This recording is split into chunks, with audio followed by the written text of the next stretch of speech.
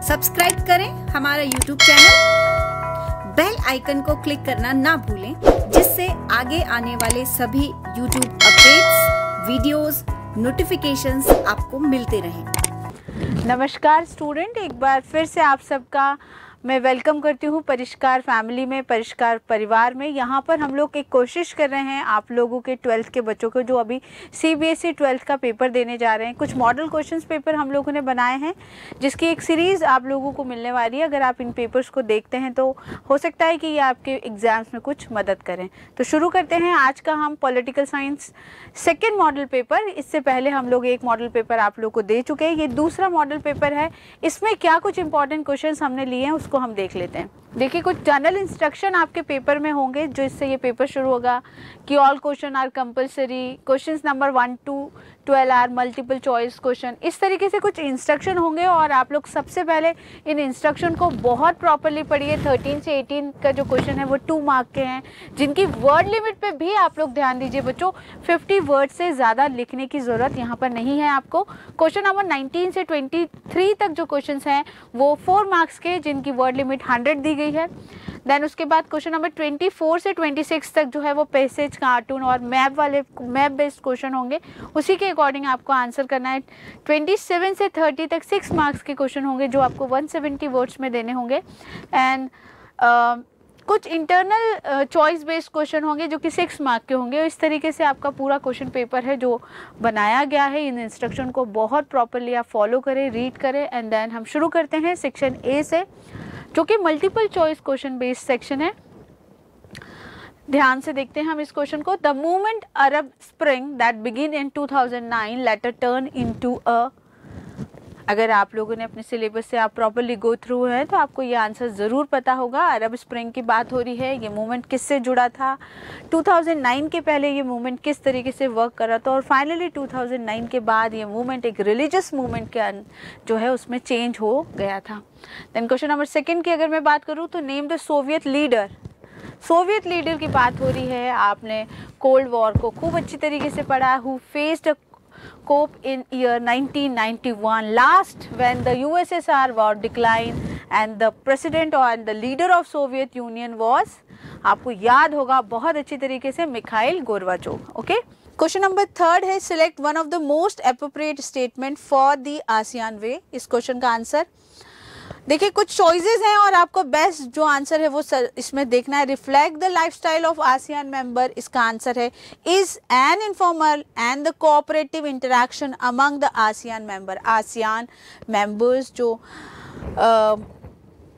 खासतौर से इस रूप में बनाया गया, उसके फॉर्मेशन की अगर हम ऑब्जेक्टिव की बात करें तो यही इनफॉर्मल एंड कोऑपरेटिव इंटरेक्शन की बात करता है ये, ताकि economical, political, social development in countries का हो सके। Then question number 4, choose the correct set of countries that refuse to adopt the Maastricht Treaty and the European currency euro। EU की बात हम लोग कर चुके हैं हमारे फर्स्ट लेक्चर में, वहाँ पे हमने मास्ट्रिक्ट ट्रीटी के बारे में भी पढ़ा था। और ये जो ट्रीटी है इसमें किन किन ने इसको रिफ्यूज़ किया है, मैंने वहाँ पर भी आपको बताया था कि किस तरीके से ब्रेक्जिट हुआ। ब्रिटेन उससे अभी हाल ही में अलग हुआ है, लेकिन उसके पहले डेनमार्क एंड स्वीडन 2 ऐसी कंट्रीज़ थी जिन्होंने यूरोपियन यूनियन मास्ट्रिक्ट ट्रीटी को सिग्नेचर नहीं किया था। ओके, देन हम देखते हैं कि अगेन ये कुछ रीजनेबल क्वेश्चंस होते हैं जिसमें हमें इस बात का ध्यान रखना होता है कि इनमें जो ए दिया गया है जो कि उसी को उसके एक्सप्लेन करता है आर, तो क्या वो एक दूसरे से मिल रहे हैं, क्या एक का जो सेंटेंस दिया गया है वो प्रॉपर है, उसका आर सही तरीके से उसको डेफिनेशन कर रहा है, उसके ऊपर ये जो क्वेश्चन होते हैं ये होते हैं रीजनिंग बेस्ड क्वेश्चन होते हैं। आप इस पर थोड़ा सा ध्यान दीजिए बच्चों। Both A and R are true and R is the correct explanation, इस तरीके के कुछ ऑब्जेक्टिव आपको देखने को मिलेंगे ना। वहीं कुछ रीजनिंग बेस्ड क्वेश्चन भी आपको देखने को मिलेंगे जो इस तरीके से होंगे जहाँ पे both A and R true and R is the correct explanation, R is not the correct explanation, और A is the true but R is false. इस तरह के कुछ ऑप्शन होंगे जो कि आपको दोनों सेंटेंस को बहुत प्रॉपरली रीड करने के बाद समझ में आएंगे। तो क्वेश्चन की अगर हम चलते हैं तो क्वेश्चन नंबर 5 जो है वो ये देखिए क्या बोल रहा है। Traditional security except confidence building as a means of avoiding violence. ध्यान से, ट्रेडिशनल सिक्योरिटी की बात हो रही है यहाँ पे, कोई मॉडर्न सिक्योरिटी की बात नहीं हो रही है। ट्रेडिशनल वे में हम क्या करते थे। उसके बाद confidence building is a process in which countries share ideas and information with their rivals. Rivals की बात हो रही है यहाँ पर, इंफॉर्मेशन विद देयर राइवल्स की बात हो रही है। अभी टेक्निकल हम लोग इतने डेवलप हो चुके हैं, क्योंकि अब टेक्निकली इंफॉर्मेशन को छुपाना, उसको नहीं बताना अपने दुश्मनों तक, अपने राइवल्स तक उसको नहीं पहुँचने देना मेन टास्क होता है।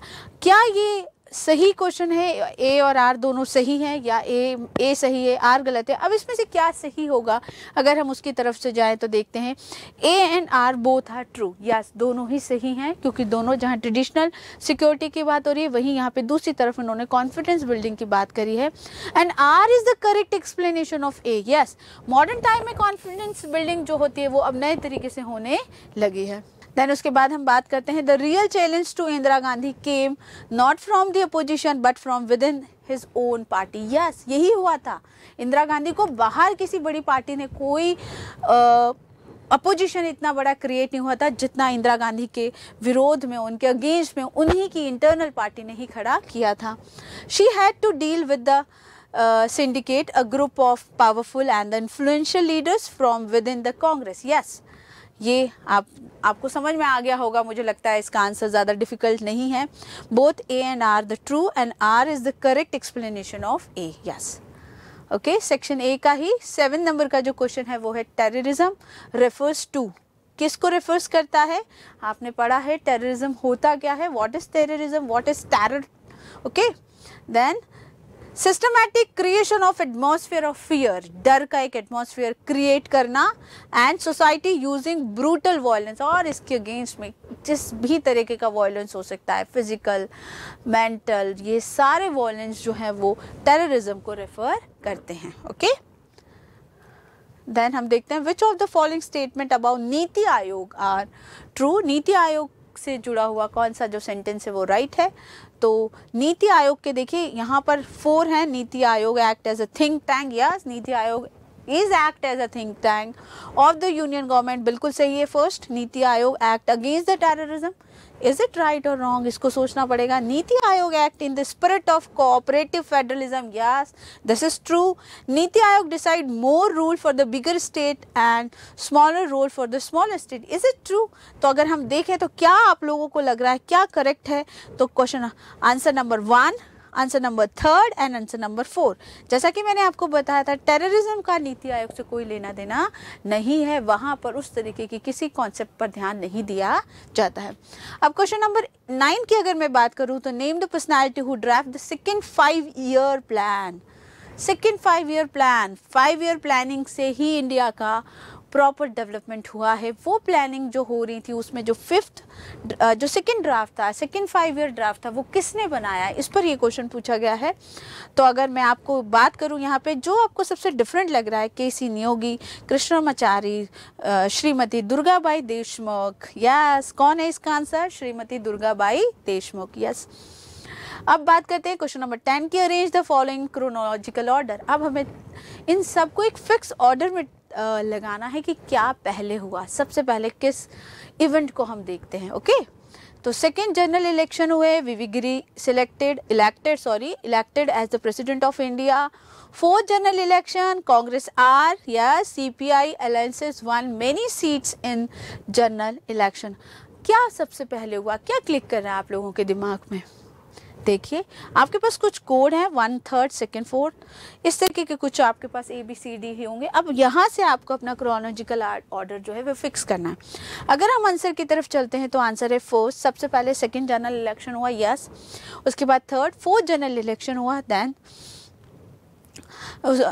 उसके बाद सेकंड वीवी गिरी जो है वो हमारे इंडिया के प्रेसिडेंट बनाए गए। एंड देन फोर्थ, कांग्रेस जो है CPI अलायंसेस जो है वो won many seats in the general election. अब क्वेश्चन नंबर 11, नेम द जजेस of the Allahabad high court who declare Mrs Indira Gandhi elections as invalid. ये बहुत टर्निंग पॉइंट माना जाता है कांग्रेस की लाइफ का, जहां पर इलाहाबाद हाई कोर्ट ने ये डिसीजन ले लिया था कि इंदिरा गांधी के जो इलेक्शन है वो इलीगल तरीके से उन्होंने जीता है। इसमें उस समय ये बहुत फेमस जज रहे इलाहाबाद हाई कोर्ट के, और इनका नाम है जगमोहन लाल सिन्हा। जगमोहन लाल सिन्हा हाई कोर्ट के जज थे जिन्होंने ये डिक्लेयर किया कि इंदिरा गांधी ने जो इलेक्शन जीता है वो गलत तरीके से हुआ है।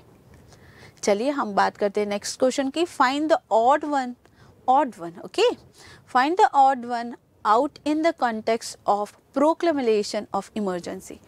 इमरजेंसी की हम बात कर चुके हैं। 25 जून 1975 में इंडिया में फर्स्ट टाइम इमरजेंसी को इंट्रोड्यूस किया गया था। उसमें अगर मैं बात करूं तो क्या हुआ था उस समय, क्या आपको याद है कि हमारे देश में, हमारी कंट्री में क्या क्या चीज़ें नई क्रिएट की गई थी? तो मैं सबसे पहले बात करती हूँ ऑड वन की। बात हो रही है कि वो जो उससे जुड़ता नहीं है। इंदिरा गांधी के वो जो इमरजेंसी का टाइम पीरियड है बच्चों, उस टाइम पीरियड में सबसे इम्पॉर्टेंट जो मूवमेंट चलाया गया था वो जयप्रकाश नारायण के द्वारा चलाया गया था, जिन्होंने सबसे पहले इंडिया में टोटल रिवॉल्यूशन की बात करी थी, जिसमें उन्होंने 7 फेजेस बताए थे। ओके, देन उसके बाद हम देखते हैं रेलवे स्ट्राइक भी उसी समय 1974 में की गई थी, एंड गुजरात मूवमेंट भी उस समय बहुत फास्ट जो है वो हो गया था। बस एक चीज़ जो नहीं जुड़ती है, क्योंकि ऑड वन पे बात हो रही है यहाँ पे, तो ऑड वन जो है वो नक्सलाइट मूवमेंट है। अब आ जाता है सेक्शन बी, और सेक्शन बी में एक वर्ड लिमिट दी गई है जो हमने पहले देखी थी। 20 वर्ड्स में आपको आंसर करना है। इसका जो फर्स्ट क्वेश्चन है वो ये है कि highlight any one feature of the multipolar world as visualised by both Russia and India. वो कौन कौन से कॉमन फीचर्स हैं, उसमें से हमें केवल एक फीचर के बारे में बताना है स्टूडेंट। तो वो जो फीचर है, feature of multipolar world as visualised by both India and Russia is coexistence of several power in the international system to collective security and collective responses. Yes, अभी अगर हम देखें, क्योंकि मल्टीपोलर वर्ड है, तो हम लोग कॉमन सिक्योरिटी पर्पज से collective security and collective responsibility के इस कॉन्सेप्ट पर काम कर रहे हैं। Today scenario is this. Okay, then next question है name the countries including in South Asia. देखिए, आपको उन कंट्रीज के नाम बताने हैं जो कि साउथ एशिया से जुड़ी हुई है, and suggest is one way to enhance peace and cooperation in South Asia. South Asia, ध्यान से देखिए, साउथ एशिया की बात हो रही है, तो साउथ एशिया में जो कंट्री इंक्लूड है वो कौन कौन सी है? सबसे पहले तो हम खुद इंडिया, देन उसके बाद मालदीव, नेपाल, पाकिस्तान, श्रीलंका, बांग्लादेश, भूटान। ये सारी वो कंट्रीज़ हैं जो कि हमें साउथ एशिया में दिखाई देती है। और आप सबको पता है कि भारत की जो अगर लोकेशन, जोग्राफिकल लोकेशन को हम देखें तो वो साउथ एशिया में आती हो, तो उसकी जो भी नेबरिंग स्टेट है बच्चों, उन सब के नाम आप यहाँ पर लिख सकते हैं। अब हमें एक बात और करनी है इसमें कि one way to enhance the peace and cooperation, क्या करे कि इनके बीच का पीस एंड कोऑपरेशन को डेवलप किया जा सके। तो हम देखते हैं peace and cooperation can be enhanced in the region through the organization like SAARC and initiative like SAFTA in political, social, economical and cultural sphere। अगर हम ऐसा करते हैं, सार्क ने अब साफ्टा और साफ्टा बना लिया है, साफ्टा एंड साफ्टा बना लिया है। अगर हम इन कंट्रीज़ के बीच की टेंशन को कम करना चाहते हैं, तो जो रीजनल कोऑपरेशंस बनाए गए हैं, जो एसोसिएशंस बनाए गए हैं, उनको थोड़ा और प्रमोट करने की ज़रूरत है। इन लोगों के बीच में कुछ इकोनॉमिकल कोऑपरेशन को डेवलप करने की ज़रूरत है। अगर ऐसा हो जाता है तो हो सकता है कि आने वाले समय में इंडिया और उसकी नेबरिंग जो स्टेट्स हैं, उनके बीच का जो टेंशन है वो भी कम हो जाएगा, और साथ में जो कोऑपरेशन और पीसफुल कोऑपरेशन को एग्जिस्टेंस की बात जो हम कर रहे हैं वो भी डेवलप हो जाएगी। ओके, देन 15th नंबर का जो क्वेश्चन है वो है highlight any 2 issues that dominate the politics of north east India की बात हो रही है। यहाँ पर नॉर्थ ईस्ट इंडिया में डोमिनेट द पॉलिटिक्स की बात हो रही है। वो कौन कौन से इश्यूज हैं जो उस पूरे एरिया को डोमिनेट करते हैं? तो हम देखते हैं वो कौन कौन से 2 इशू हैं। पहला है डिमांड फॉर द ऑटोनॉमी। सबसे ज़्यादा वहाँ से जो डिमांड है वो है उनको ऑटोनॉमी मिल जाए, वो फ्री होना चाहते हैं। ओके, एंड देन दूसरा movement for the succession and the opposition to outsider, और ये बिल्कुल नहीं चाहते कि यहाँ पे माइग्रेट्स आए, यहाँ पर आउटसाइडर इनकी स्टेट में आए। ये 2 इश्यूज हैं जो वहाँ पर डोमिनेट करते हैं वहाँ की पॉलिटिक्स को। Okay, then while throwing some light on the Mandal issue, give one reason for anti-Mandal protest in India. Okay, the National Front government decided to implement the recommendation of मंडल आयोग, मंडल cooperation, नाम बहुत famous है, काफ़ी जगह आप लोगों ने सुना होगा। कमीशन इन 1990, कब आया था ये? द मंडल कमीशन 1990 में आया था। बहुत विद्रोह, बहुत टेंशन क्रिएट हुआ था उस समय इंडिया में, बहुत दंगे हुए थे उस समय इंडिया में। क्या था ये? इसकी जो रिकमेंडेशंस थी उन्हीं के बेसिस पर ये सब कुछ हुआ था।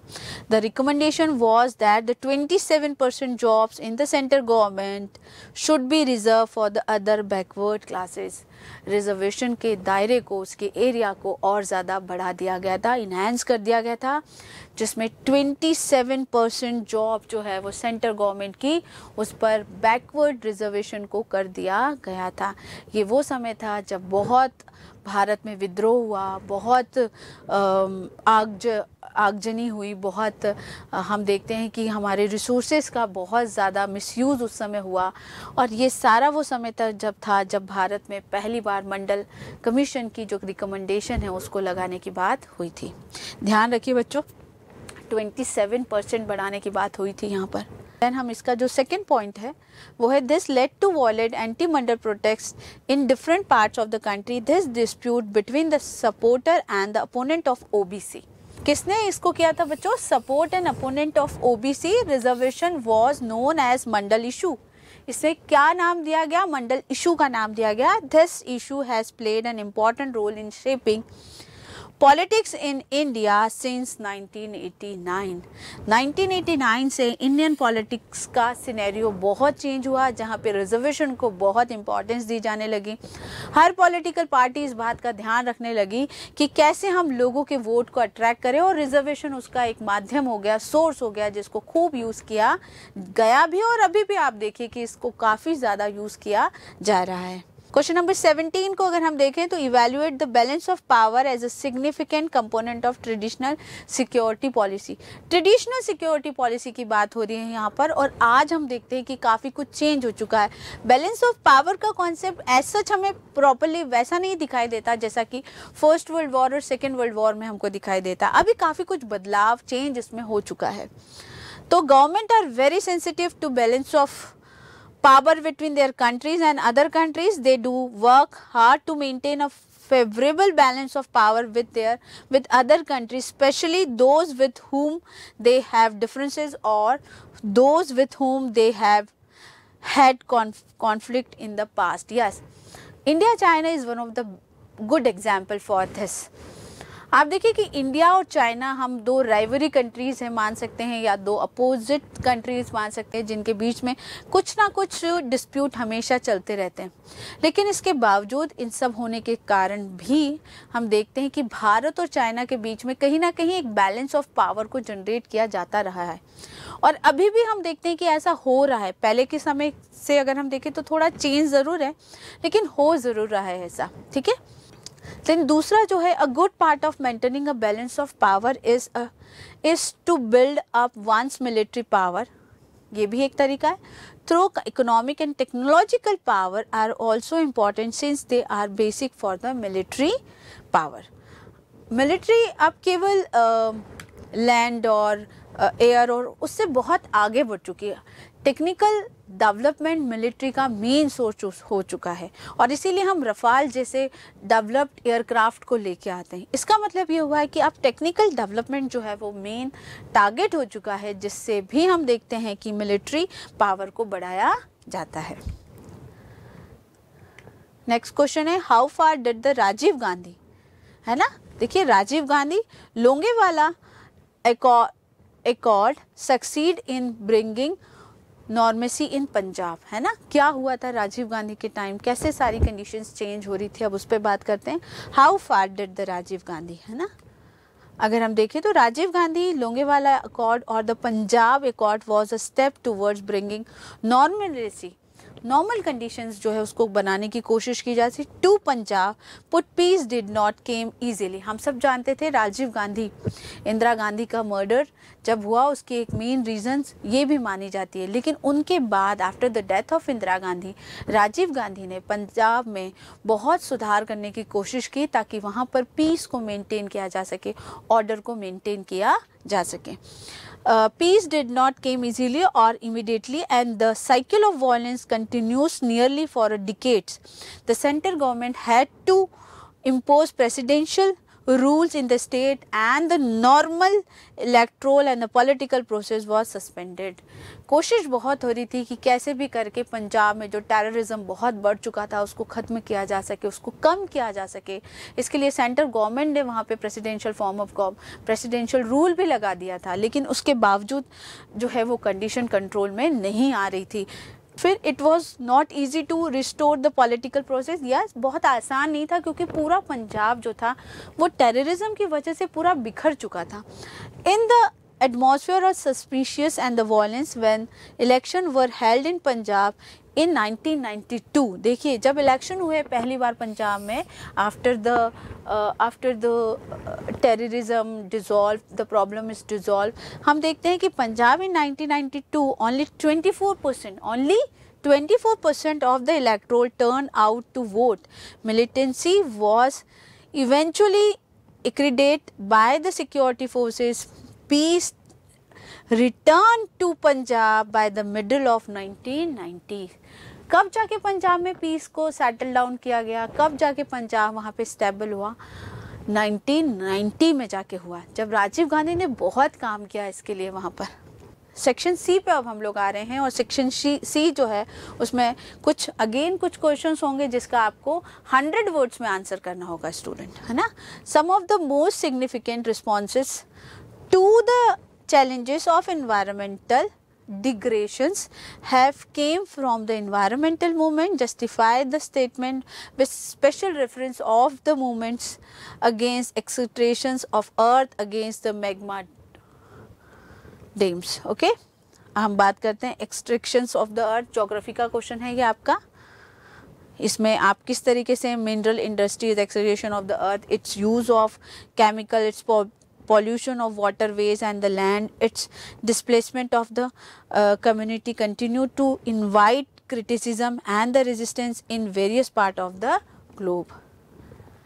ये सेक्शन सी का क्वेश्चन है, इसको आपको काफ़ी एक्सप्लेन करना होगा। Philippines where the vast network of group and organisation campaigning against the western mining cooperation, उसके अगेंस्ट में वहाँ पे काम हो रहा है। And Australia based multinational company much opposition of the company in its own country, उसको भी वहाँ पर कई ज़्यादा अपोजिशन देखने को मिल रहा है क्योंकि बहुत सारी ऐसी सोसाइटी है, ऐसे ऑर्गेनाइजेशन है जो इन्वायरमेंट को बचाने के लिए काम कर रहे हैं। ये आपका सेक्शन सी का आधा क्वेश्चन का जो आंसर है वो उस तरीके से लिखेंगे। फिर आप बात करते हैं मैग्मा डैम्स की। ये क्या होते हैं, ये किस तरीके से काम करते हैं? Today wherever a magma dam is being build in the world, one is likely to find a environmental movement opposing it. जितने भी ज़्यादा मैग्मा डैम बनाए जा रहे हैं उनका ज़्यादातर पोजीशन इन्वायरमेंट को जो बचाने के लिए, उनको सेव करने के लिए, सिक्योर करने के लिए जो सोसाइटी बनाई गई, जो ऑर्गेनाइजेशन बनाए गए, वो उसके अगेंस्ट में काम कर रहे। क्यों कर रहे हैं, क्या वजह है इसकी? तो इन 1980 हम देखते हैं कि फर्स्ट एंटी डैम मूवमेंट जो है वो स्टार्ट किया गया था और जो कि नॉर्थ में शुरू हुआ था, namely the campaigning to save the Franklin river. किसको बचाने के लिए किया गया था? फ्रैंकलिन रिवर को बचाने के लिए किया गया था। And its surrounding forest in Australia. कहाँ पे शुरू हुआ था? ऑस्ट्रेलिया में हुआ था।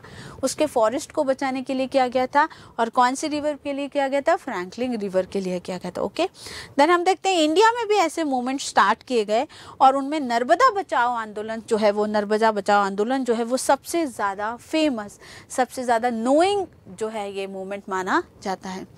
फिर explain the area of cooperation and disagreement between India and Bangladesh. क्या क्या वो इश्यूज हैं, पॉइंट्स है जिसमें हम यानी इंडिया और बांग्लादेश एग्री नहीं करते। अगर उसकी बात करें, इंटरनेशनल पॉलिटिक्स का क्वेश्चन है अगेन, तो इसमें हम देखते हैं cooperation between India and Bangladesh are as follows. Explain the areas of cooperation and disagreement. दोनों के बारे में बात करनी है हमको। तो हम सबसे पहले किस पे बात कर रहे हैं? हम उस पे बात कर रहे हैं कि कौन कौन से एरिया हैं जहां पर हम दोनों एक दूसरे को कोऑपरेट करने के लिए तैयार हैं या हैं, करते भी हैं। Bangladesh is a part of India's look east policy. Yes, कौन सी पॉलिसी का पार्ट है इंडिया का? लुक ईस्ट पॉलिसी का। अब ये जो लुक ईस्ट पॉलिसी है बच्चों, ये एक्ट ईस्ट पॉलिसी की तरह काम करने लग गई है। ओके, पहले इंद्र कुमार गुजराल जो इंडिया के प्राइम मिनिस्टर रहे, उन्होंने इसको इंट्रोड्यूस किया था, look east policy. Now it work like act east policy. अब हमें काम करना ही है, अब हमें ठीक करना ही है। पहले था कि हम ईस्ट की तरफ देखें कि हमारे रिलेशन कैसे डेवलप हो रहे हैं, लेकिन now we are working to actively work on this policy. Okay, फिर cooperation on disasters management and environment issue has always been there. और कुछ ऐसे इश्यूज हैं जो हम और बांग्लादेश दोनों मिलकर लड़ रहे हैं कि हम कैसे, हम दोनों देश जो है वो हमारे इन्वायरमेंट को सेव कर सकें। ये तो वो पॉइंट हैं बच्चों जहाँ पर हम एग्री कर रहे हैं, लेकिन बहुत सारे ऐसे इश्यूज हैं, क्योंकि Bangladesh is our neighbouring country, तो हमारे बहुत सारे ऐसे इश्यूज हैं जहाँ हम डिसएग्री भी करते हैं। वो इशू कौन कौन से हैं? एक और इशू यहाँ पे दिया गया है, इकोनॉमिक रिलेशन हैव इम्प्रूव कंसिडरेटली। हम लगातार दोनों देश एक दूसरे के इकोनॉमिकल डेवलपमेंट को फोकस कर रहे हैं। Yes, area of disarmament between India and Bangladesh are as follow. अब वो कौन कौन से इशू है जो हम दोनों एक साथ नहीं देखते, वो हैं हमारे जिसमें हम डिसएग्री हैं। सबसे पहला गंगा रिवर का इशू है, जिसको हम लोग दोनों इस इशू पे काफ़ी ज़्यादा हमारी बांग्लादेश से हमारे जो रिलेशन है वो ख़राब भी हुए हैं इसको लेकर। देन दूसरा है जो हमारा है unhappy over the denial illegal migration by the Bangladesh. लगातार बांग्लादेश से जो माइग्रेशन भारत में आ रहा है उसको लेकर भी भारत और बांग्लादेश के बीच में काफ़ी बड़ा इशू जो है वो चलता है। फिर Bangladesh support to anti Indian Islamic. Yes, Bangladesh support करता है, जबकि आपको पता होगा 1971 में बांग्लादेश का बनना के उसके पीछे जो मेन अगर हम स्टोरी देखते हैं तो उस स्टोरी में India play a very important role. But after the Bangladesh बनने के बाद हम देखते हैं कि इंडिया और बांग्लादेश के जो रिलेशन है वो काफ़ी डिस्टर्ब हुए हैं। उसमें एक रीज़न ये भी है कि इस्लामिक कंट्रीज़ को सपोर्ट करता है बांग्लादेश, और इस वजह से भी भारत, इंडिया जो है वो उनके साथ डिसएग्री करता है कई सारे इश्यूज़ पर। नाउ सेक्शन सी का एक और क्वेश्चन है 21 क्वेश्चन, जिसमें हम देखते हैं do you agree with the statement that the foreign policy of independent India has pursued the dream of a peaceful world. जब इंडिया ने अपनी फॉरेन पॉलिसी को बनाया तब हमारी फॉरेन पॉलिसी पीसफुल कोएग्जिस्टेंस की बात करती थी, और इसीलिए उस बेसिस पर ये सेंटेंस हम कह सकते हैं कि India has pursued the dream of peaceful world. Okay, support your answer with 3 suitable argument. अब हमें हमारे अगर हम इससे एग्री करते हैं तो हमें इसके फेवर में अपने 3 आर्गुमेंट देने हैं बच्चों। ओके, तो हमारा जो सबसे पहला आर्गुमेंट है वो ये है कि yes, first I agree with the given statement, argument for the same are as follow. अब हम क्या उसके सपोर्ट में दे रहे हैं, तो सबसे पहली बात हम करते हैं the foreign policy of independent India vigorously pursued the dream of peaceful world by advocating the policy of non-alignment by reducing the Cold War confrontations and by contributing the human resources to the UN peacekeeping cooperation. Yes, हम लोगों ने नाम बनाया ताकि हम इस ideological conflicts के 2 super power के कॉन्फ्लिक्ट से बच सकें। फर्स्ट, सेकेंड, हम लोग यूएन के पीस कीपिंग मिशन में आज भी सबसे ज़्यादा बड़े साझेदार हैं। हम अब सबसे ज़्यादा अगर हम देखें तो यूएन की पीस कीपिंग मिशंस में जो फोर्सेस भेजे जाती है उसमें इंडिया का काफ़ी बड़ा हमको कंट्रीब्यूशन दिखाई देता है। हमारी जो इंडिया और पाकिस्तान के बीच में जो जम्मू कश्मीर एक इशू था उसे भी हम लेकर यूएनओ गए थे। इसका मतलब ये कि हम कोल्ड वॉर की उस हॉटनेस को कम करना चाहते थे, उसको रिड्यूस करना चाहते थे। हमने उसके लिए बहुत काम भी किए। सेकेंड, हमारी जो फॉरेन पॉलिसी है वो नाम पर बेस्ड है। थर्ड, हम लोग यूएन की पीस कीपिंग मिशंस में उसकी उस पॉलिसी में 100% कंट्रीब्यूट करते हैं।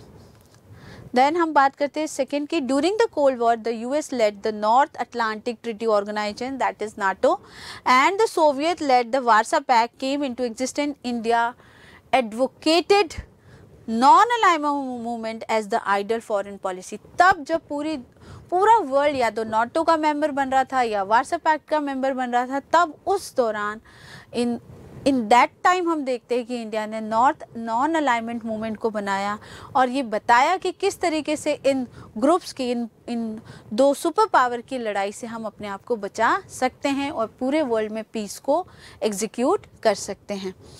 Sometime the balance did not appear perfectly, लेकिन हम देखते हैं कि बहुत परफेक्टली बैलेंस को नहीं हो पाया, भारत ने अपनी, इंडिया ने अपनी फॉरेन पॉलिसी नहीं कर पाया, लेकिन एक कोशिश जो इंडिया ने की वो बहुत पॉजिटिव डायरेक्शन में थी। India did not join either of the two camps, India ने किसी भी कैंप को ज्वाइन नहीं किया, आप सब जानते हैं इस बात को।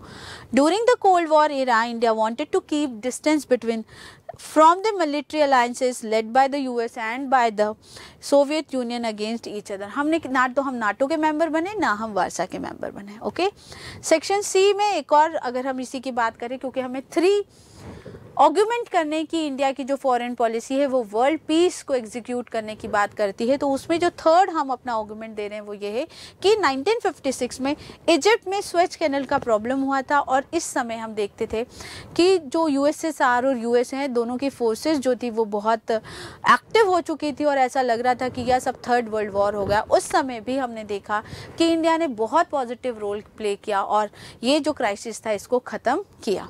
ओके, देन इसका जो नेक्स्ट क्वेश्चन है एनालिसिस द 2 रीजन। अब सेक्शन सी में आप देखिए ज़्यादातर एनालिसिस आर्गुमेंट इस पर बेस्ड क्वेश्चन आ रहे हैं।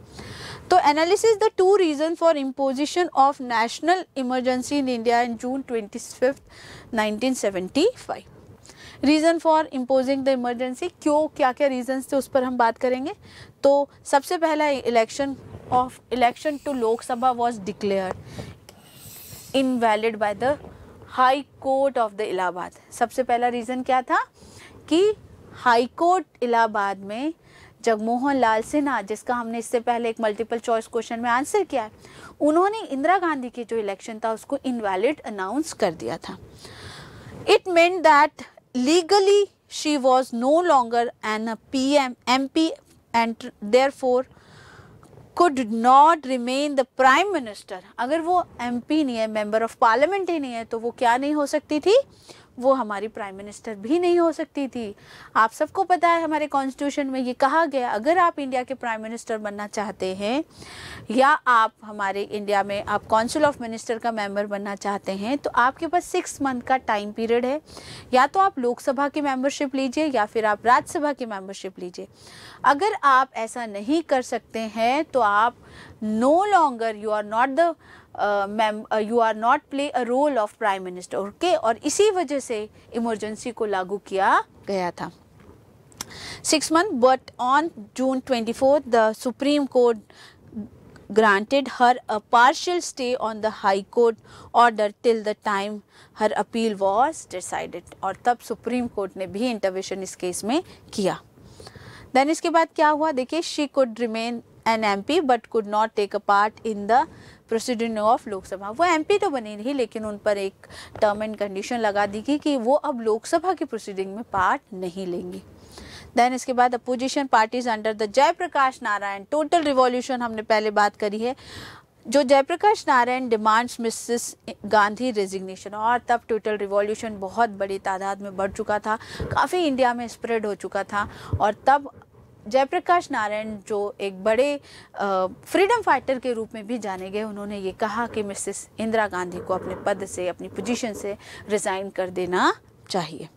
Then Jayaprakash Narayan asks army, police and governmental employees not to obey order of the government. He called for a total revolution and became the symbol of opposition to emergency। और तब emergency के opposition के रूप में जयप्रकाश नारायण को देखा जाने लगा। सेक्शन सी का ही अगेन एक क्वेश्चन है, 23rd question. The Soviet union became a great power after the second world war.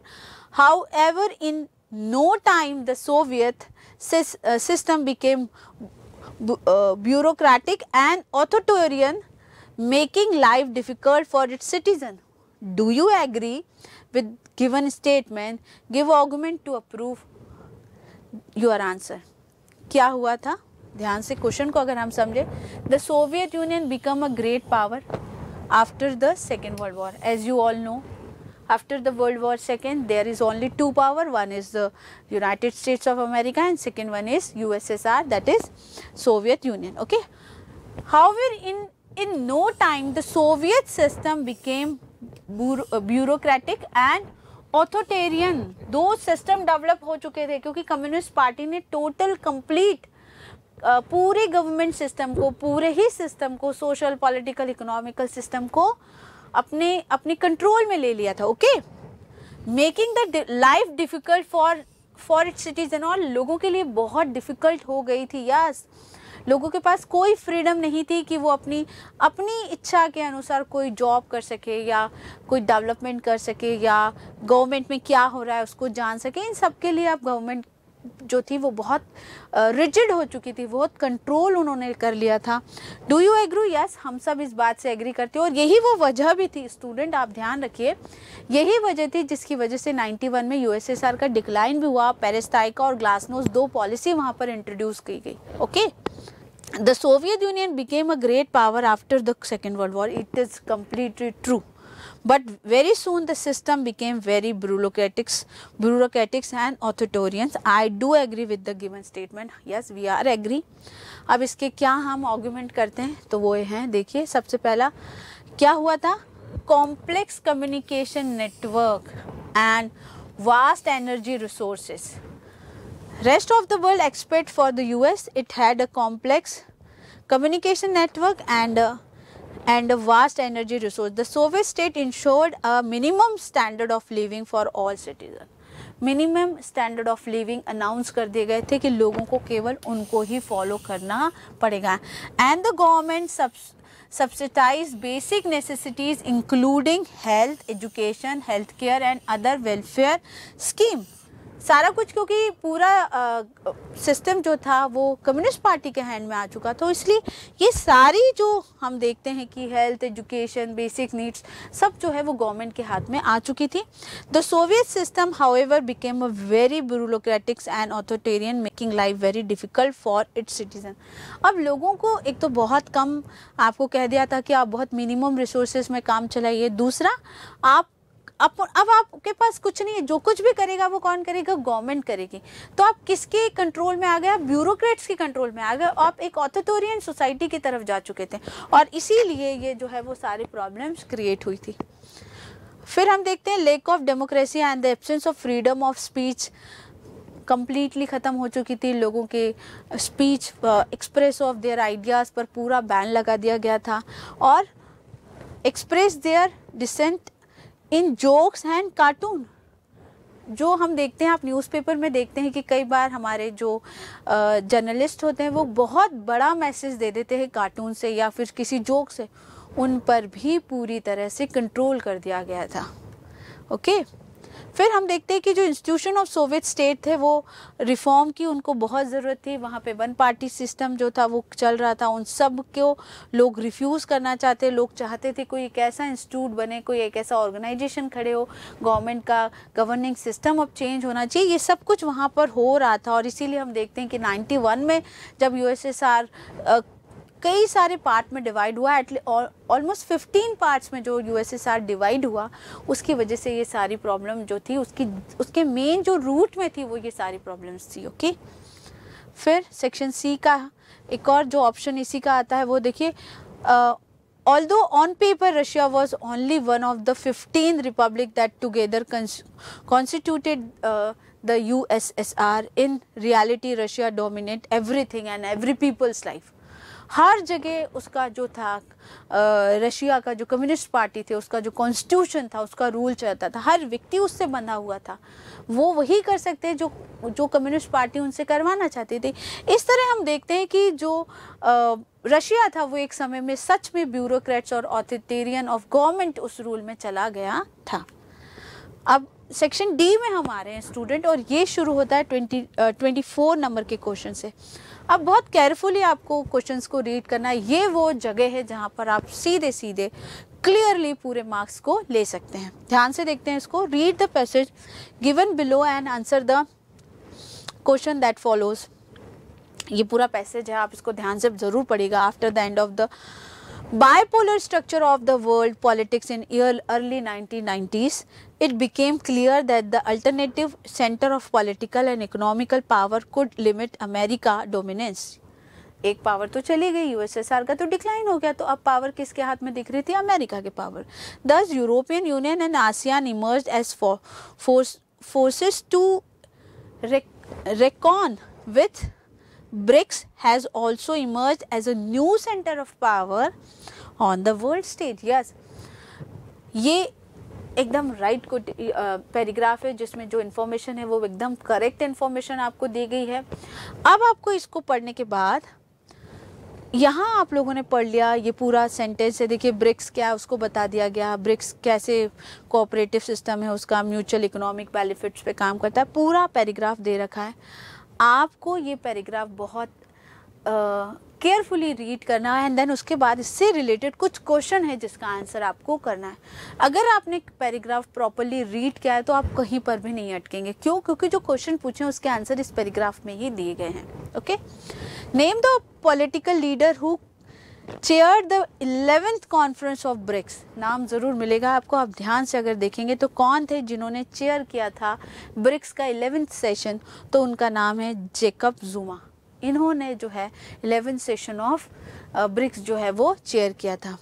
Next question जो उसी से रिलेटेड, उस पैराग्राफ से रिलेटेड पूछा गया है वो है which among the following statement about BRICS is correct. कौन सा स्टेटमेंट है जो करेक्ट है, ब्रिक्स से जुड़ता है। अगर हम देखें तो BRIC was founded to promote the welfare of the people. No, BRIC countries respect the mutual equality. Yes, it is right, बिल्कुल ये म्यूचुअल इक्वालिटी को बात करता है। BRIC was establish to correct a free trade agreement. No, this is not. Investment labour. No. The headquarter of BRIC are at Kathmandu. No, wrong, Kathmandu में तो SAARC का है। Okay, the right statement is brick countries respect mutual equality. BRIC turned into BRICS after the incursions of South Africa in its first meeting in the year. Yes, south Africa जो है वो बाद में brick का part बना, इसलिए वो BRICS हुआ, पहले वो ब्रिक था बस। ओके, कौन सा ईयर था वो? 2009। ओके, देन 2006 की बात हो रही है। BRIC was founded in 2006 in where? Russia. Okay, अब हम आते हैं सेक्शन डी की तरफ जो कि मैप बेस्ड क्वेश्चन है। इसको कैसे सॉल्व करेंगे हम? In the given outline political map of India, आपको एक पॉलिटिकल मैप ऑफ इंडिया दिया गया है यहाँ पे 4 स्टेट जिनको आपको आइडेंटिफाई करना है और उनको आप किस बेसिस पर आइडेंटिफाई करेंगे उसकी ये इन्फॉर्मेशन यहाँ पर दी गई है। जैसे फर्स्ट क्वेश्चन है the state where a correlation led by the CPI form the government in the year 1957। सबसे पहले कोरिलेशन गवर्नमेंट की अगर हम बात करें तो ये आंसर तो आपको आना ही चाहिए कि वो केरला है। कहाँ पर हुई थी? 1957 में सबसे पहले केरला में हुई थी। ओके, देन हम दूसरी बात करते हैं the state related to leader Shyama Prasad Mukherjee की बात हो रही है कि वो कौन सी स्टेट है जहाँ से हम श्यामा प्रसाद मुखर्जी को देखते हैं, वो स्टेट आपको पता होनी चाहिए। The state related to Karampuri Thakur who implement the reservation for the backward class, कहाँ पर हुआ था ये भी हमें पता होना चाहिए। देन फोर्थ क्वेश्चन है the state related to K Kamaraj who started the mid day meal programme for the school student, वो कहाँ से शुरू हुआ था? अगर हम उनकी बात करें तो देखिए सबसे पहले जो हम बात करते हैं जहाँ पर हमने देखा कि केरला उसका आंसर था, वही हम देखते हैं श्यामा प्रसाद मुखर्जी जो है वो किससे रिलेटेड है? वेस्ट बंगाल से रिलेटेड है। बिहार वो जगह है जहाँ सबसे पहले बैकवर्ड जो है उसके रिजर्वेशन को लागू करने की, इम्प्लीमेंट करने की बात की गई, और तमिलनाडु वो जगह है जहाँ पे के कामराज जी जो हैं उन्होंने सबसे पहले मिड डे मील प्रोग्राम को स्टार्ट किया था। ओके, तो अब हम देखते हैं मैप में, तो ये वो लोकेशन है, आप देखिए ये केरला तमिलनाडु, हम देखते हैं ये वो लोकेशन है जहाँ पर हमको पता पड़ता है कि कैसे इन सारे लोगों ने काम किया। ओके, अब हम बात करते हैं सेक्शन डी के। Note following question are for the visually impaired candidate in लुसी। Question number 25। Okay, what was the reason of split in Congress due to difference of opinion among the major leader? ये visually impaired question है बच्चों, इसको आप देख लीजिए एक बार। Syndicate group कौन था? के कामराज जी थे। Name the party that dominate the first 3 general election, कौन सी थी? कांग्रेस ही थी, है ना।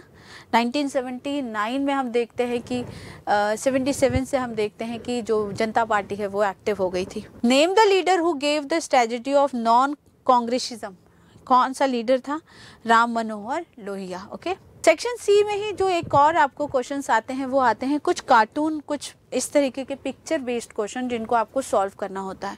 आप ध्यान से इन कार्टून्स को देखिए, इनको स्टडी करिए, रीड करिए, प्रॉपर देखिए क्या कुछ लिखा है वहाँ पे, इंडियन टेरिटरी कौन आपको दिख रहा है, ये किस तरीके से आपको दिख रहे हैं, इनको बहुत प्रॉपरली जज करिए। और उसके बाद कुछ क्वेश्चन आपके लिए दिए गए हैं जिनको आपको सॉल्व करना होंगे। जैसे पहला क्वेश्चन जो है, first question, border dispute between India and China erupted in 1960। Yes, 1960 में ये खड़ा हुआ। Yes, Pandit Nehru was having a talk with his counterpart in China which provide फुटल्स। क्या हुआ था, किस तरीके से हुआ था, अगर हम उसकी बात करें तो देखिए किससे बात करी थी नेहरू जी ने, तो उस समय कौन थे, 1960 की बात हो रही है, तो कौन थे उस समय, माओ त्से तुंग थे। ओके, देन नेक्स्ट क्वेश्चन जो पूछा गया वो पूछा गया, name the place in Indian territory which was occupied by China in 1962। Yes, India China war 1962, कौन सी ले, क्या लिया हमसे उन्होंने, नाम से ही पता पड़ रहा है, इसे अब क्या कहा जाता है, अक्साई चीन। यस, फिर was the defence minister of India during the Indo China war, कौन थे उस समय हमारे डिफेंस मिनिस्टर, तो हमारे थे वी.के. कृष्णा मैनन। कौन थे उस समय हमारे डिफेंस मिनिस्टर, कृष्ण मैनन जी थे, जो हमारे उस समय डिफेंस मिनिस्टर हुआ करते थे। द नेक्स्ट क्वेश्चन जो पूछा गया, name the agreement signed between India and China on April 29, 1954। कौन सा एग्रीमेंट है, ये तो आपको वैसे ही समझ में आ गया, अप्रैल 29 की बात हो रही है, तो पंचशील की बात हो रही है स्टूडेंट, जो कि नेहरू और चाउ एन लाई के बीच में साइन किया गया था। कौन सा एग्रीमेंट है, पंचशील का एग्रीमेंट है। ओके, अब हम सेक्शन डी के ही कुछ और क्वेश्चन है जिसको हम देखते हैं। Following questions are for the visually impaired candidates in lieu of the question number 26. In January 1966, Prime Minister Shri Lal Bahadur Shastri signed the Tashkent Agreement with, किसके साथ हुआ था ताशकंद एग्रीमेंट हमारा, बताइए, जनरल अयूब खान, जनरल याहा खान, मोहम्मद ज़ाई-उल हक and मूसा खान। किसने, हमारे जो लाल बहादुर शास्त्री थे, उन्होंने एक एग्रीमेंट साइन किया था जिसका नाम था ताशकंद एग्रीमेंट। उस समय किसके साथ वो साइन किया गया था, हमें उस व्यक्ति का नाम पता होना चाहिए, तो वो है जनरल अयूब खान। किसके साथ साइन हुआ था, Ayub Khan. The first meeting of non alignment movement was held in, कहाँ हुई थी फर्स्ट मीटिंग हमारी, बेलग्रेड में हुई थी। कहाँ पे हुई थी स्टूडेंट, बेलग्रेड में हुई थी।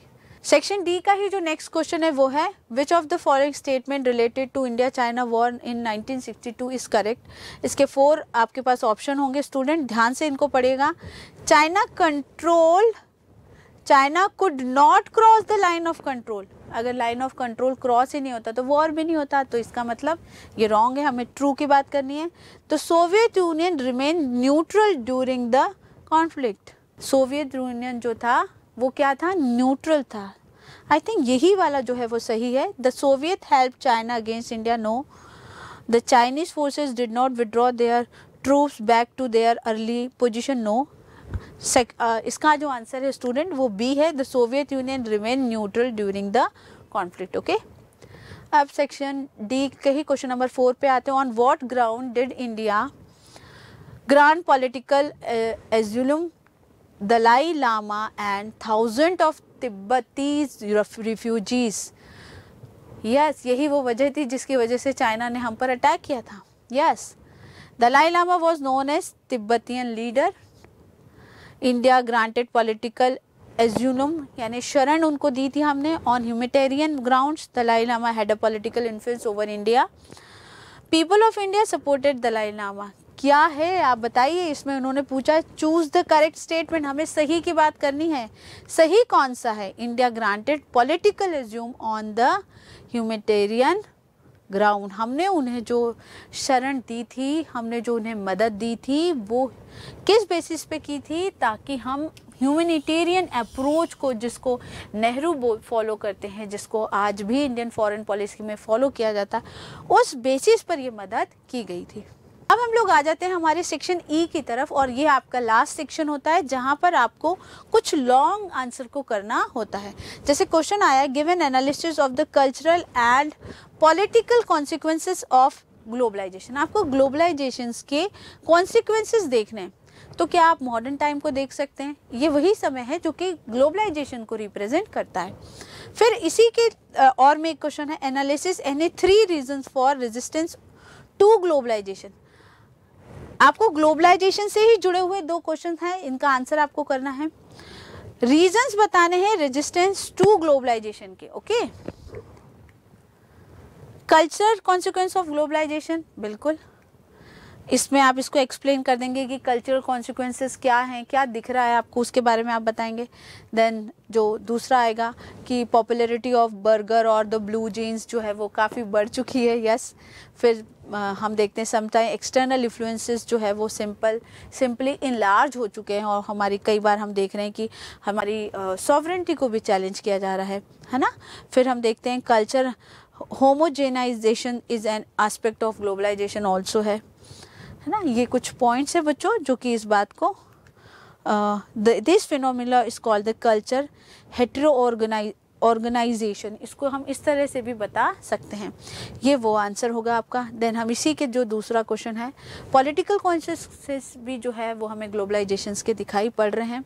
उनमें अगर आप देखेंगे तो हम देखते हैं कि जो simple level result in erosion of state capacity, that is the ability of the government to do what they do. बहुत सारे क्वेश्चंस जो है वो हमें इस तरह के देखने को मिलते हैं। हम देखते हैं कि welfare of state is now giving the way to the more minimalise state का जो वेलफेयर स्टेट का कॉन्सेप्ट था वो काफ़ी मिनिमम हो चुका है अब। फिर हम देखते हैं कि keep in mind that the globalisation does not always reduce the state capacity, हमेशा नहीं हो रहा है, लेकिन फिर भी कई बार ऐसे चैलेंजेस हमें देखने को मिलते हैं। Still will remain a supreme organisation, no doubt state is a supreme organisation, but we are also facing some important some problem due to the globalization. Okay, technology may rather enhance the capacity of state, thus the cultural and political consequences of globalisation are both negative and positive in nature. Yes, आप कुछ भी नया करते हैं, आप किसी नए concept से जुड़ते हैं, कोई नया आइडियोलॉजी को आप लेते हैं तो आपको कुछ पॉजिटिव दिखेगा और कुछ नेगेटिव दिखेगा, लेकिन इन दोनों के बीच में अगर आप प्रॉपर बैलेंस क्रिएट कर देते हैं तो वही सही होता है। देन इसके बाद जो नेक्स्ट क्वेश्चन था उसके बारे में अगर हम बात करें तो ग्लोबलाइजेशन आर एस फॉलो, ये वो contemporary globalise represent a particular phase of global capitalism that makes the rich richer and the poor poorest in argument given by the lefties. Yes, lefties जो है उनका ऐसा मानना है कि इस ग्लोबलाइजेशन की वजह से जो रिच है वो और रिच हुआ है और जो पुअर है वो और ज़्यादा पुअर हुआ है। फिर दूसरा हम देखते हैं कि वीकेंड इसने स्टेट को भी वीक किया है। जैसा मैंने आपको बताया कि कहीं ना कहीं स्टेट सॉवरेंटी को चैलेंज तो मिल ही रहा है, क्योंकि एमएनसीज इकोनॉमिकल पावर बहुत पावरफुल होती जा रही हैं। ओके, देन उसके बाद हम देखते हैं कि एक और जो हम देखते हैं कि आइडिया ऑफ ग्लोबलाइजेशन जो है वो किस तरीके से आपकी सेल्फ रिलायंसेस की जो पावर है उसको कम कर रहा है ना। फिर हम देखते हैं कि यहाँ पे as old values and the ways of people will lose there. हम लोग ने देखा है कि हमारी जो पुरानी ट्रेडिशनल जो कुछ कल्चरल हमारे कुछ इम्पॉर्टेंट एस्पेक्ट हुआ करते थे ह्यूमन लाइफ के, कहीं ना कहीं ग्लोबलाइजेशन की वजह से वो भी रिड्यूस हुए हैं। फिर हम देखते हैं कि some critics think that globalisation is another form of imperialism. Yes, ये भी हमें देखने को मिला है, सुनने में भी आया है कि इकोनॉमिकल पावर इतनी पावरफुल हो चुकी है, एमएनसीज ने अपनी पावर को इतना बढ़ा लिया है कि शायद वो एक इम्पीरियलिज्म का ही हमें कोई एक और पार्ट दिखाई देता है। The world social forum is oppose to new liberal globalisation, और जो सोशल फोरम है वो इसको पूरी तरह से इसका विरोध करती है, इसके अगेंस्ट में है। फिर हम देखते हैं कि economically powerful state will become a common phenomena because of the globalization in 1999. This was highlighted at Seattle during the WTO ministerial meeting. ये वाली बात WTO की एक मीटिंग में भी बताई गई थी। नेक्स्ट क्वेश्चन जो है 28 क्वेश्चन, हम अगर उसकी तरफ चलते हैं तो देखते हैं in this changing world a strengthen and revitalised UN in desirable highlight the necessary reform for an empowered United Nations. इसका जो नेक्स्ट और में क्वेश्चन आता है, analyze the composition of the United Nations Security Council. What according to your opinion is the major differences in the privilege given to its permanent and non-permanent member? ये दो question है student, जुड़े तो United nation से लेकिन answer दोनों के अलग अलग हैं। पहले की अगर मैं बात करती हूँ तो yes, in the changing world strengthen and revitalisation, UN is desirable, ज़रूरी है, बहुत ज़्यादा ज़रूरी हमें दिख रहा है। In fact reform and improvement are fundamentals to any organisation. अगर हम रिफॉर्म्स की बात करें, कुछ रिफॉर्म्स यहाँ बताएं कि हमें क्या क्या करना चाहिए। हमें UN के ऑर्गेनाइजेशन स्ट्रक्चर एंड प्रोसेस को रिफॉर्म करने की ज़रूरत है। हमें कुछ review of the issues that fall within the jurisdiction of the UN is needed, ये बहुत इंपॉर्टेंट है। इसके बाद हम देखते हैं major concern has been the composition of the security council which was rend largely static while the UN general assembly membership has expanded. करने की बहुत ज़रूरत है, UN के स्ट्रक्चर को बदलने की ज़रूरत है, UN के जो पावर है उसको बदलने की ज़रूरत है, जो वीटो पावर है उसमें चेंज करने की ज़रूरत है। सिक्योरिटी काउंसिल की परमानेंट और नॉन परमानेंट मेंबर्स के बीच में जो हमको दिखता है डिस्ट्रीब्यूशन, उसको चेंज करने की ज़रूरत है। ऐसे को बहुत इंपॉर्टेंट रिफॉर्म है जो अब करने की ज़रूरत फील हो रही है ताकि एक्चुअल UN अपना काम कर सके। फिर हम देखते हैं increase in the number of both permanent and non permanent member, ये करने की ज़रूरत है जिसकी मैं बात करती हूँ। ऐसे ही कुछ और एग्जाम्पल हमने दिए हैं, कुछ रिफॉर्म्स हमने दिए हैं जो अब करना बहुत ज़रूरी हो चुका है। फिर हम देखते हैं कि क्या करें, कैसे बढ़ाएं इसके। सिक्योरिटी काउंसिल के 15 मेंबर है, 5 परमानेंट एंड 10 नॉन परमानेंट। अब उनको कैसे बदलें, हम वीटो जो 5 परमानेंट है उनका कोई टाइम लिमिट कर देना कि ये लोग 5 ईयर्स तक परमानेंट रहेंगे, देन अगेन हम दूसरे 5 को हम इसका मेंबर बना सकते हैं। अगर हम कुछ ऐसा स्ट्रक्चर चेंज करते हैं तो सिक्योरिटी काउंसिल जो है वो जिसका जो वीटो पावर का जो मिसयूज़ है हम उसको भी रोक सकते हैं। फिर नॉन परमानेंट मेंबर जो है अब उसे बढ़ाने की भी ज़रूरत है क्योंकि ज़्यादातर डेवलपिंग कंट्रीज़ को अब इसमें जगह मिलने की हमें फील हो रहा है कि वो मिलना चाहिए। फिर differences in privilege of the permanent and non permanent member, इसको भी हमें बदलने की ज़रूरत है। प्रिविलेज किसी भी तरह का नहीं होना चाहिए क्योंकि जब हम एक इंटरनेशनल ऑर्गेनाइजेशन से जुड़ते हैं तो वहाँ सब इक्वल होते हैं और जब सब इक्वल होते हैं तो सबके पास इक्वल पावर भी होनी चाहिए। जो डिसीजन है वो मेजॉरिटी के बेसिस पर भी लिए जा सकते हैं। तो इस तरीके से कुछ चेंजेस हैं जो करने की ज़रूरत है। अगर ये सारे चेंजेस वहाँ हो जाते हैं तो UN का 100% कुछ स्ट्रक्चरल कुछ चेंज होगा, उसमें लोगों की फेथ, कंट्रीज़ की फेथ है जो बढ़ेगी और UN का जो ऑब्जेक्टिव है कि to maintain the world peace and coexistence, शायद वो उसको प्रॉपरली कर भी पाएगा। फिर हम देखते हैं नेक्स्ट जो सेक्शन ई का क्वेश्चन है 29। ये जो क्वेश्चन है इसमें हम देखते हैं कि इंडियन यूनियन किसकी बात हो रही है, princely state with the Indian union की बात हो रही है। Princely state with the Indian union, consideration है ना। Name the leaders who played the historical role in this direction, what was his contribution, किसने किया था, आपको सबको ध्यान है। Discuss 3 reason for setting up of the state reorganisation commission after the India's independence. Question almost same है लेकिन answer फिर भी डिफरेंस है। देखिए कौन थे वो लीडर, आपको सबको लीडर का नाम तो ज़रूर ध्यान होगा, वो लीडर कौन है। देखिए ये हम लोगों के आंसर हैं। With the partition and the independence of India the British crown gave the princely state has a choice, उनके पास चॉइस है कि वो किस तरफ जाना चाहते हैं, इंडिया के साथ या पाकिस्तान के साथ। ये होने के बाद हम देखते हैं कि बहुत बड़ा एक ग्रुप हो गया था जो इंडिया के साथ भी नहीं जाना चाहता था और पाकिस्तान के साथ भी नहीं जाना चाहते थे। वो अपनी फ्री स्टेट्स को बनाए रखना चाहते थे और वो थे हमारे princely state. Okay, the government's policy for bringing the princely state with the Indian union was influenced by 3 consideration, these are follows. क्या क्या थे जो इंडिया ने किए। The people of the most of the princely state clearly wanted to become a part of Indian union. कुछ princely state थे जहाँ की पॉपुलेशन, जहाँ के लोकल पीपल्स ये चाहते थे कि वो इंडिया के साथ जुड़ जाए।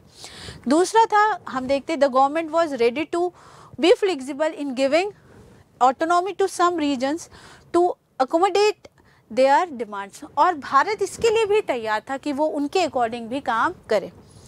The government was firm to maintain the integration and consolidation of the territorial boundaries of the nation, उसको भी बनाए रखना बहुत ज़रूरी था, अदरवाइज हम वैसे ही इतने सारे बॉर्डर डिस्प्यूट में फंसे हुए हैं। अगर हम ये उस समय नहीं करते तो आप सोचें कि भारत के कितने ज़्यादा बॉर्डर डिस्प्यूट इस समय होते हैं। The leaders and historical role, then Deputy Prime Minister and the Home Minister Sardar Vallabh भाई पटेल। ये नाम तो आपको पहले ही क्लिक कर गया होगा क्योंकि अगर सरदार वल्लभ भाई पटेल नहीं होते तो हम देखते हैं कि इंडिया का जो रूप हमें आज दिखाई देता है, एक यूनियन ऑफ स्टेट का जो हमें इंडिया में दिखता है, वो शायद हमको दिखाई नहीं देता।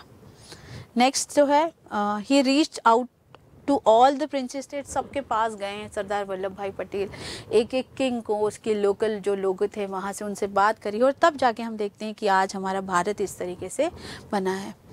फिर हम देखते हैं दूसरा जो क्वेश्चन पूछा था, रीजंस पूछे थे इसमें हमने स्टेट रीऑर्गेनाइजेशन के, फिर हमने उसके बारे में बताया कि क्या क्या था। देखिए, our national movement had promised the linguistic principle as the basis of formation of state. ये हम पहले ही अनाउंस कर चुके थे कि अब जो हमारी स्टेट बनेगी वो लैंग्वेज के प्रिंसिपल पर ही बनेगी, और इसीलिए हम देखते हैं कि 1920 पे हमारी जो नागपुर सेशन था वहाँ पे हमने ये कहा था। और उसके बाद हम देखते हैं कि ये सारा कुछ इंडियन जो कांग्रेस थी उन्होंने इसको किया भी।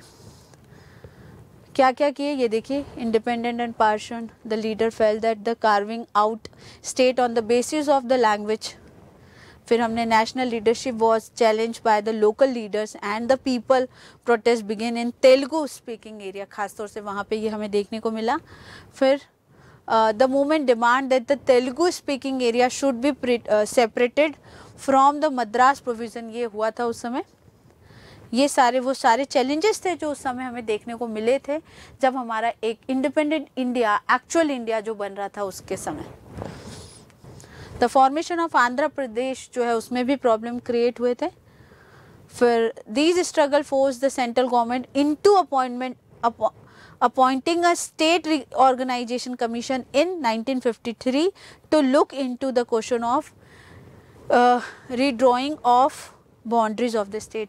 तब 1953 में इस बात को हमने देखा, और ये जो हमारा था स्टेट रीऑर्गेनाइजेशन कमीशन जो है वो बनाया गया 1953 में, और उसके बाद जो है इस तरह से इंडिया की सारी स्टेट को रीऑर्गेनाइज किया गया।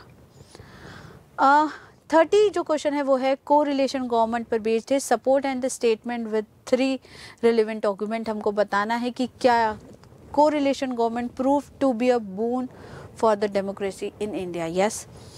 Analyzes 3 major development towards the end of 1980s that made a long-lasting impact on the politics of India. Long-lasting impact of India after the 1980s की बात हो रही है।